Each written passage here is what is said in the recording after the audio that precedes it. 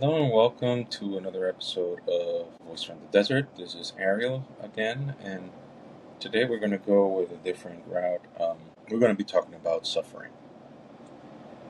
And I think that if you are a human being, that is a very common thing. I mean, it depends on what part in life you are going through, but it is a human experience that almost every single human being on the God's green earth goes through the process of pain and suffering. And we're going to be reading in the Bible from the book of Lamentations, chapter 3.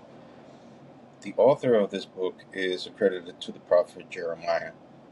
Now, if you know anything about Jeremiah, they call him the weeping prophet because he went through it. Just to give it like a short version of it, he went through a difficult process of. He was a prophet in a time where people didn't necessarily want to hear from God. They were all about appearances. They were all about living their life, their best life now, and they couldn't care less what God's opinion was about this or that. And for that, he was ridiculed, made fun of, and tortured also because he was thrown into a cistern full of dirt. He was left there to die unless someone went out and helped him get it away from that. And he went through a lot of horrible experiences just to keep God's name up and high.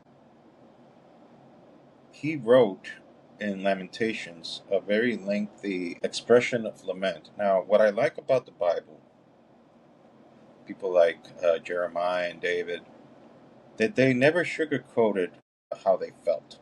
They expressed very earnestly and honestly how they felt, and they put it in writing. They put it and expressed themselves in writing, saying exactly how they felt. And we're going to be reading here in Lamentations chapter 3 how Jeremiah felt. And I'll be reading from the ESV. I am the man who has seen affliction under the rod of his wrath. He has driven and brought me into darkness without any light. Surely against me he turns his hand again and again the whole day long. He has made my flesh and my skin waste away. He has broken my bones. He has besieged and enveloped me. His bitterness and tribulation. He has made me dwell in darkness like the dead of long ago. He has walled me about so that I cannot escape. He has made my chains heavy. Though I call and cry for help, he shuts out my prayer. He has blocked my ways with blocks of stones. He has made my path crooked. He is a bear lying in wait for me, a lion in hiding. He turned aside my steps and tore me to pieces. He has made me desolate. He bent his bow and set me as a target for his arrow. He drove into my kidneys the arrows of his quiver. I have become a laughingstock of all my people, the object of their taunts all day long. He has filled me with bitterness. He has sated me with wormwood. Sated me, sorry. He has sated me with wormwood. He has made my teeth grind in gravel. It made me cower in ashes. My soul is bereft of peace. I have forgotten what happiness is. So I say, my endurance has perished. So has my hope from the Lord. And all y'all thought that the Bible only contained happy stuff. Needless to say or repeat here, this dude is going through it. And he's not sugarcoating anything. Like, I'm using the ESV, which is a little bit more poetic. There are other versions that speak more clearly. Like, you can get the NLT, and it's probably going to be a lot worse. But I kept the ESV because it keeps it a little bit more poetic, and just to sound it a little bit more nice. But it doesn't sugarcoat anything that this guy is going through it. He's going through pain and suffering. Why am I talking about pain and suffering? Because it's part of life. It's a part that something that we cannot deny. That in life we are going to go through suffering. We are going to go through pain. We're going to endure sufferings of all kind. The Bible does not guarantee us sunshine and rainbows all the time. Jesus himself said, you will have affliction in this world, but rejoice, I have conquered the world. So our trust should be on God. Speaking of which, let's go back now in verse 19. We left off on 18, so let's go back in 19. Remember my affliction and my wandering, the wormwood and the gall. My soul continually remembers it, and it's bowed down within me. But this I call to mind, and therefore I have hope. The steadfast love of the Lord never ceases. His mercies never come to an end. They are new every morning. Great is his faithfulness. The Lord is my portion, says my soul. Therefore I will hope in him. The Lord is good to those who wait for him, to the soul who seeks him. It is good that one should wait quietly for the salvation of the Lord. It is good for a man to bear the yoke in his youth. Let him sit alone in silence when it is laid on him. Let him put his mouth on the dust, or in the dust, rather. There may yet be hope. Let him give his cheek to the one who strikes, and let him be filled with insults. For the Lord will not cast off forever. For though he cause grief, he will have compassion, according to the abundance of his steadfast love. For he does not afflict from his heart, or grieve the children of man. We left there off on verse 23. So we started off very bleak and dark, where Jeremiah is just expressing how many years he was as a prophet in Jerusalem, prophesying that there were going to be coming people from out of town, going to knock down the walls of Jerusalem and knock down the temple and ransack the whole city. So he was calling out the people to repent. Nobody wanted to repent. Nobody wanted to pay attention. So he spent years just saying the same message over and over and over again, and nobody paid attention, and he felt like a laughingstock. He felt like he was wasting his time. He felt like he was just being ridiculed. And yet, he says that he still waited on God, and he found hope in God even in the midst of his tribulation. But he's just remembering all that pain and suffering, and he's basically saying like this pain was not in vain. And even saying, although he caused grief, saying God, he will have compassion according to the abundance of his steadfast love. Steadfast means persevering love. So you think you have to persevere in pain and suffering? God also perseveres through our afflictions, through our unbelief, through our everything. God seeks us out as much as we try to seek him out, or we just quit, throw in the towel. He doesn't quit on us. We may quit on him, but he does not quit on us. Pain and suffering is not just for pain's sake. There is a purpose on that. Like, if you want to go into examples, like let's look for the example of the life of Joseph. Joseph was Jacob's and Rachel's son. Jacob had 12 boys, and Joseph was the 11th of those boys. And he was admittedly his favorite because it was the kid that was born out of his wife, the one that he loved. He had 3 other women other than Rachel, but the one that he loved, admittedly out of the open, was Rachel. So since he was the son that he had with Rachel, he loved him the most. So he gave him preferential treatment, treated him better than his brothers. He gave him a coat of colors. So he dressed him up prettier. He didn't give him the hard jobs as his other brothers had. And add to the fact that Joseph was having dreams saying that I dreamt like that the straws that you guys collected in the field, they all bowed down before my straws. Basically saying like they were going to serve him. And that made their brothers even more angry. They're like, okay, so you just think you're going to rule over us? You're going to be master over us? You're going to be our king? What is this?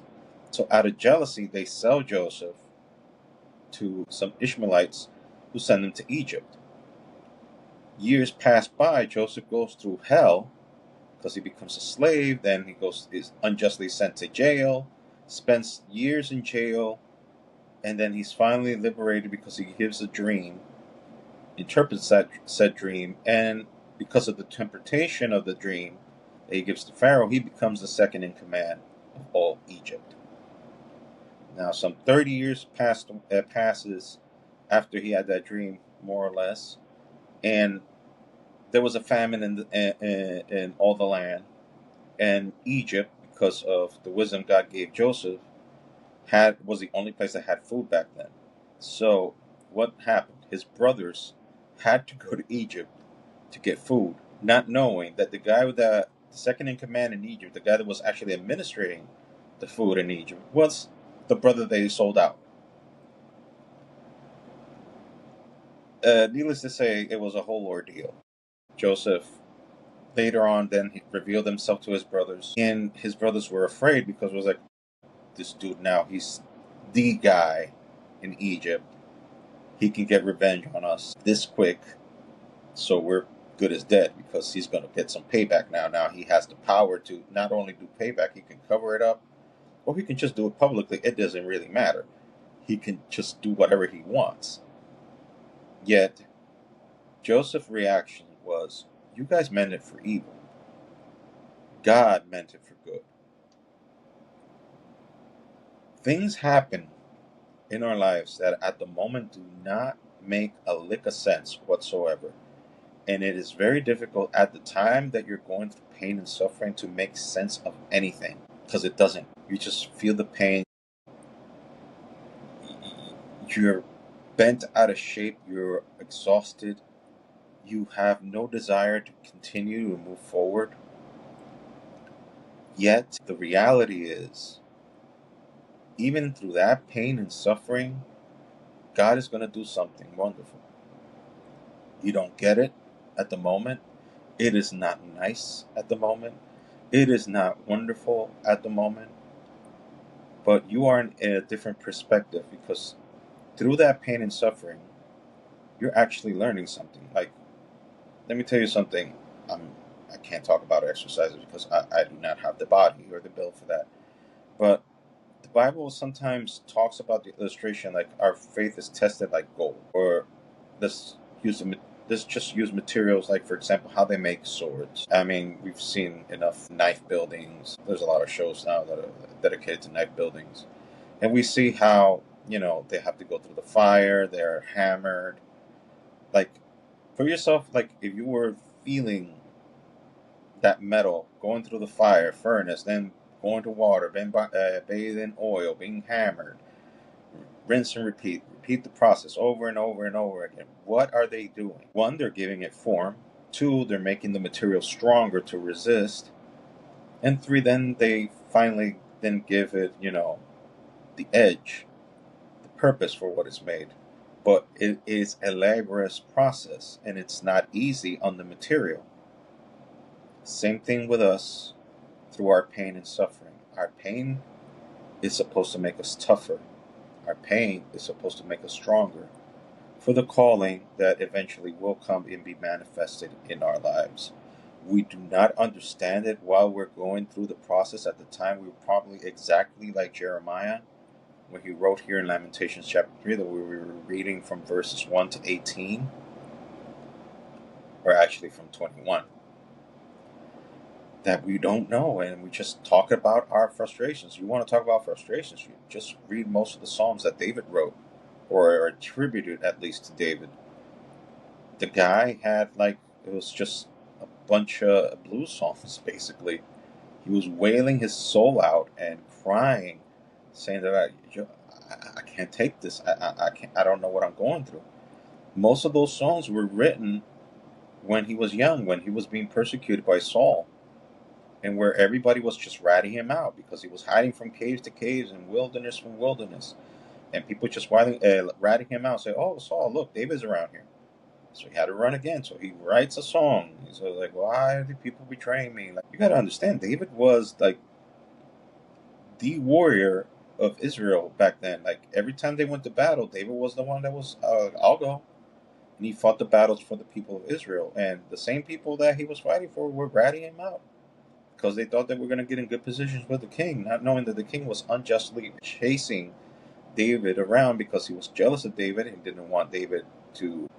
He thought of David as a threat because he knew that God made a calling on David's life and didn't want David to become that person that God called him to be. So he chased him unfairly. And David went through hell all his youth. Then finally, at the age of 37, because yes, he did become king at 30, but only king of Judah. But at the age of 37, he finally became the king of Israel, and where the promise of God manifested himself. But he received that promise well. We don't really know. He probably was 13, 12, when God promised him that he will become a king. So we're talking about some time before this happened. So why am I talking about the pain and suffering? Sometimes you got to go through pain in order to be prepared for that which you are called. And to be called is to be equipped. To be equipped is to be prepared. And to be prepared is to go through the training. You don't send soldiers to war without going through at least training, to at least be accustomed to weapons, to be accustomed to go through uncomfortable situations. So when the true calling comes in and you can live it out, it's because you've already been prepared. You've been ready. And that only happens when you've been through pain and suffering. Now, Jeremiah got on the job training, like he was going through it at real time. Some of us do have to go through it. Well, everybody goes through it in real time. But the thing is, where is your trust? Where have you placed your hope in? The pain also teaches you not to focus on your own abilities because, and I'm speaking here from experience, I suck. I have no valuable input to give you other than wait on God, which sounds so cliche, which sounds so like religiously appropriate. But the reality is that yes, you have to wait on the Lord. You have to wait on God. You have to wait on what He has in store for you. You have to wait on Him. You have to wait on His promises. You have to wait on what He has said about you. And it depends on Him. It depends on us if we are willing to obey and get ourselves out of our way. So the process is to be determined. I wish I could say it ends quickly. I wish I could say that your pain will be over soon. I don't know. But what I can tell you is there is a necessity to that pain. There is a method to that pain because that pain prepares you and equips you for what's coming next. So I'm going to leave it to there. God bless you all. I hope this is something that edifies your life, and I hope that God speaks to you in a way through this. God bless you.